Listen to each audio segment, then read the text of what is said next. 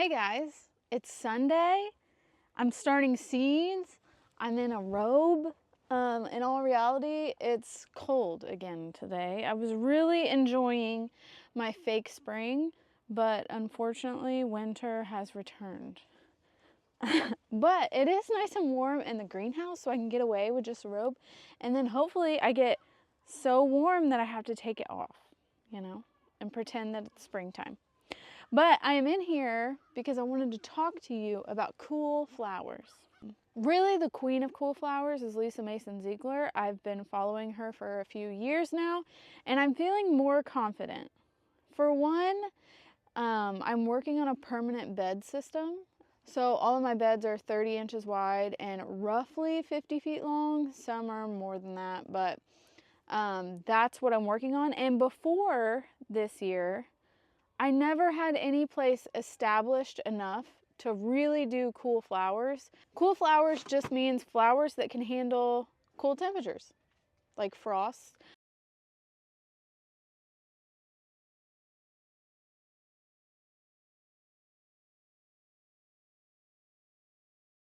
So you plant these cool flowers 6 to 8 weeks before your last frost.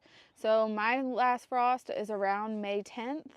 So I would count back 6 to 8 weeks before that. I'm gonna try 8 weeks this year just because our winter has been so mild. I mean, now that I say that, we'll probably have like a late winter, but who cares?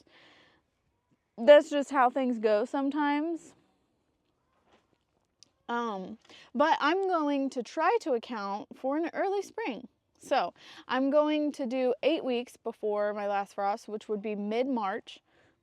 And I'm starting these seeds about 4, 5, 6 weeks before I'm going to plant them outside. So today is February 11th, and they should be ready to go by mid-March, and they should be outside and growing. All of these flowers, I'm not going to cover. I'm not going to baby them. If I lose them, I lose them.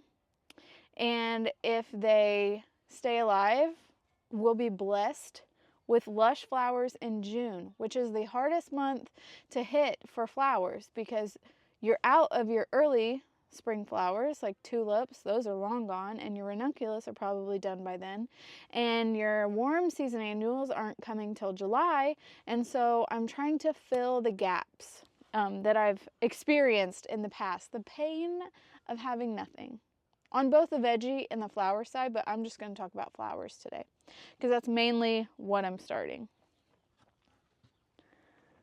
Although I did seed 6 flats of lettuce, but these are going to grow in my greenhouse and hopefully be done by the time that tomatoes come in, if I can plan that right. If not, I don't feel bad tearing lettuce out. Okie dokie.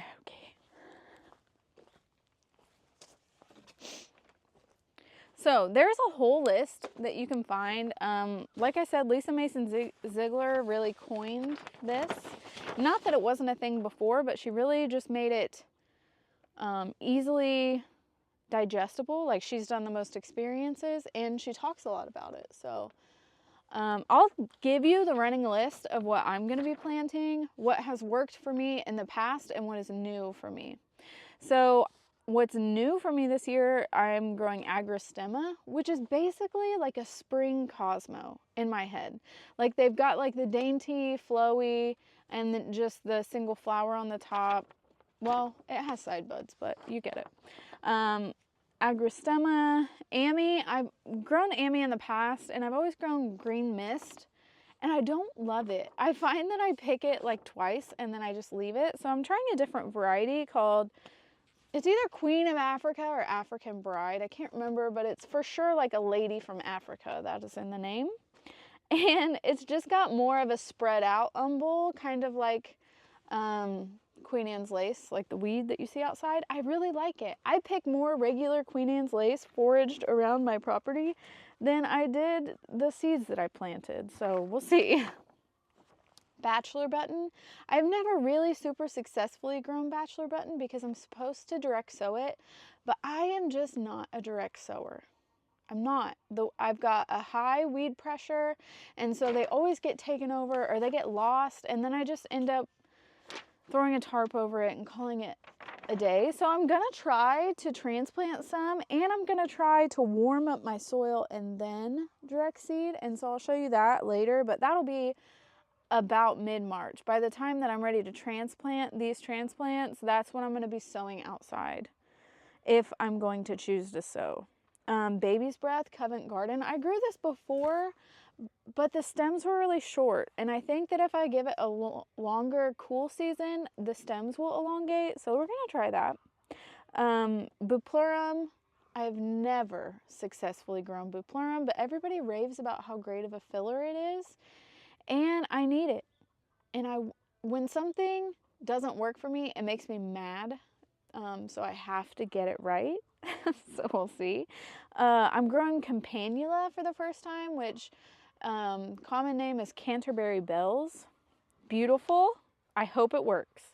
Another greenery that I want to grow is Cerinthe, or honeywort, honeywort, I think is what it's called, is the common name. It's got beautiful, like, blue-green foliage with a little purple flower. Chinese forget-me-nots. The first year I tried to be a flower farmer, I grew these and they were beautiful, and I haven't done it since. So I want to try my hand again. Also, another one that I've never been successful at, but everybody loves, is cress. And I cannot direct seed anything to save my life. I think I might be better off now that I have established beds and they were tarped all last season. I'm hoping the weed pressure is down. Dianthus, which is Sweet William. I'm gonna try a couple different annual varieties. Sweet William is one of those that has a biennial version. That's the classic one. And biennial just means like it's going to create foliage one year and flower the next. So it needs to have a winter season to flower. But they do have hybrid cat. Okay, I love my cats. I do. Until it's seed starting time. And I've got trays. Let me see if and cats walking on them. At least she was polite and tried to walk on the edges, but still, go away. Feverfew, I love Feverfew, and I didn't grow any last year, and I really missed it.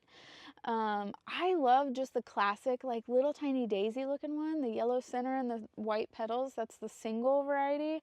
But I also have Tetra White, which is a fluffy double, almost looks like a Baby's Breath but bigger.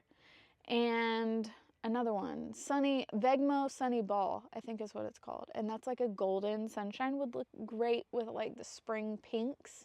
Like pink and yellow and purple just go awesome together.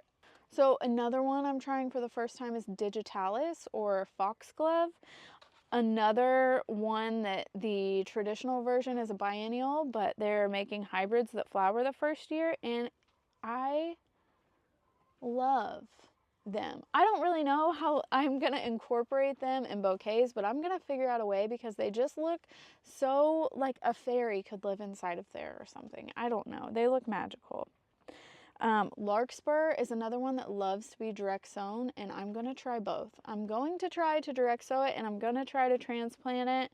A lot of these things that don't like to be transplanted are just because they don't like the roots messed with, but since I'm growing in soil blocks, they don't experience as much transplant shock as it does coming in like a plug tray or something, so maybe it'll work out in my favor, and I can get away with it.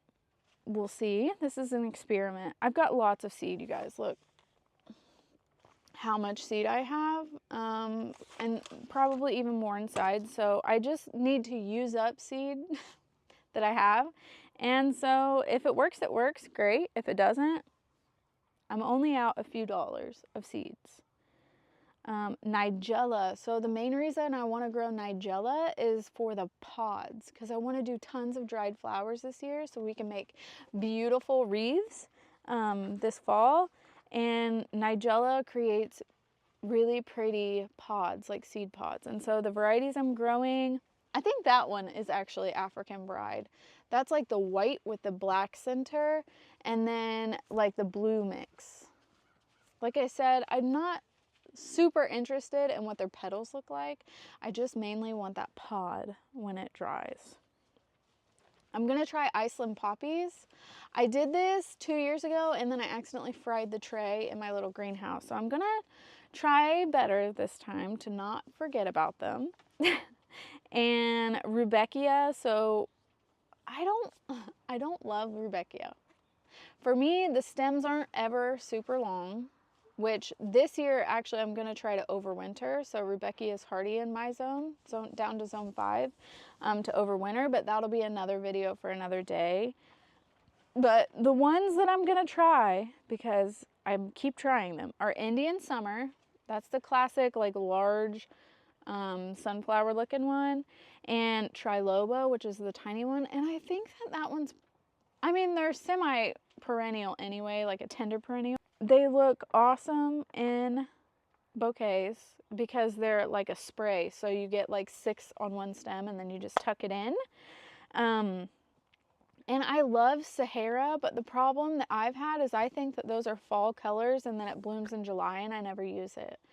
And then they go to seed because I never cut any. So I'm going to try to be better about that this year because those colors are beautiful and they're doubles. So it makes it easier to work with. I just feel like Indian Summer is fragile in my bouquets for whatever reason. Like I don't like the look of squish petals. And so that's not why I like it, but I'm going to try it again. And if I hate it, this will be the 3rd time I hate it and I just won't grow it again. Lots of snapdragons. I saved snapdragon seed. Let's see if I can. Oh, I got it.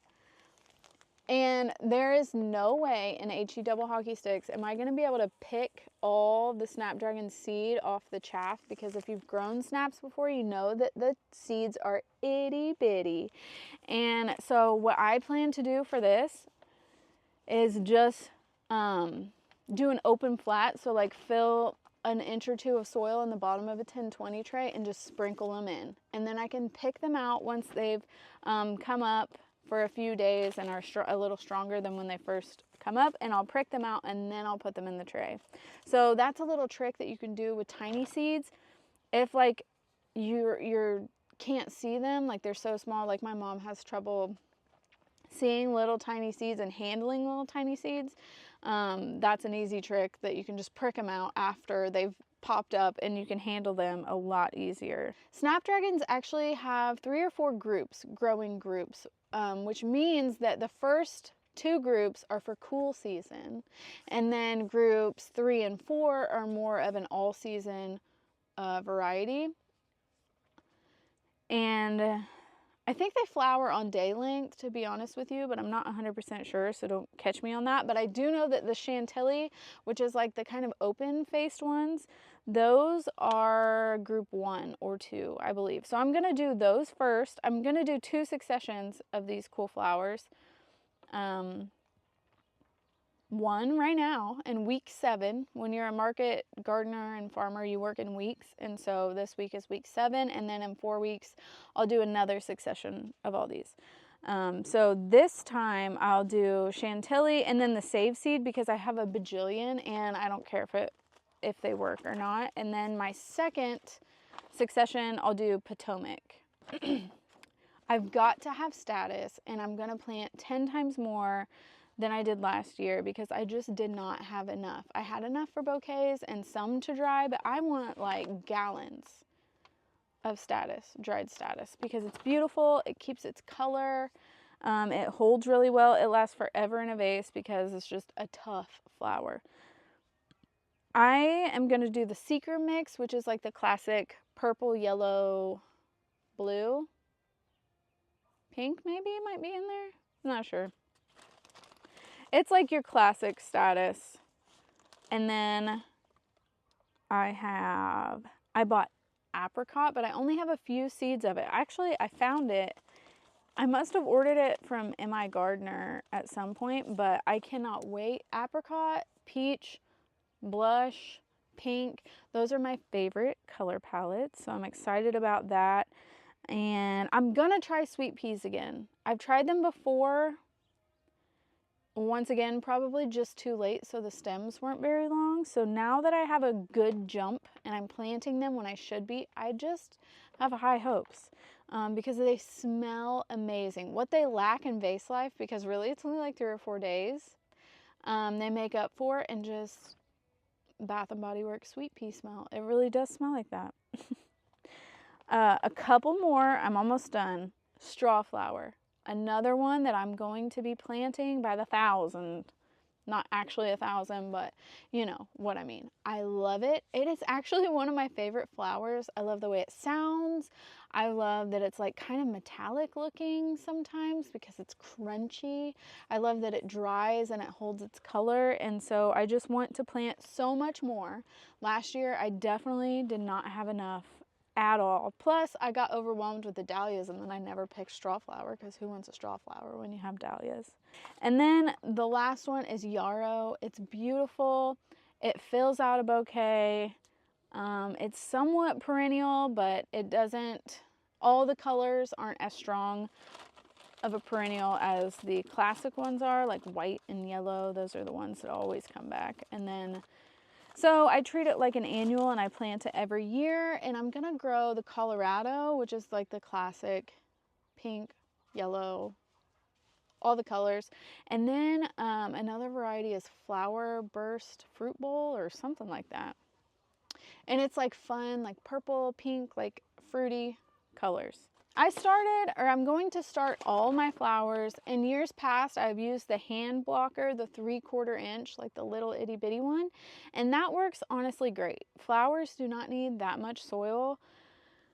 I found not as much as like a vegetable plant would need. But this year I invested in the stand-up 35 blocker, which is about a 1 inch, a little tiny bit bigger than a 1 inch block. And so I've pre-made a bunch of trays. You can see behind me I have my lettuce under this frost cloth, and then the rest of them I've pre-filled yesterday so that today, I mean, I'll still have to make a few trays because I don't think this is enough, but I'll get to just pluck away and not have to stop and make trays.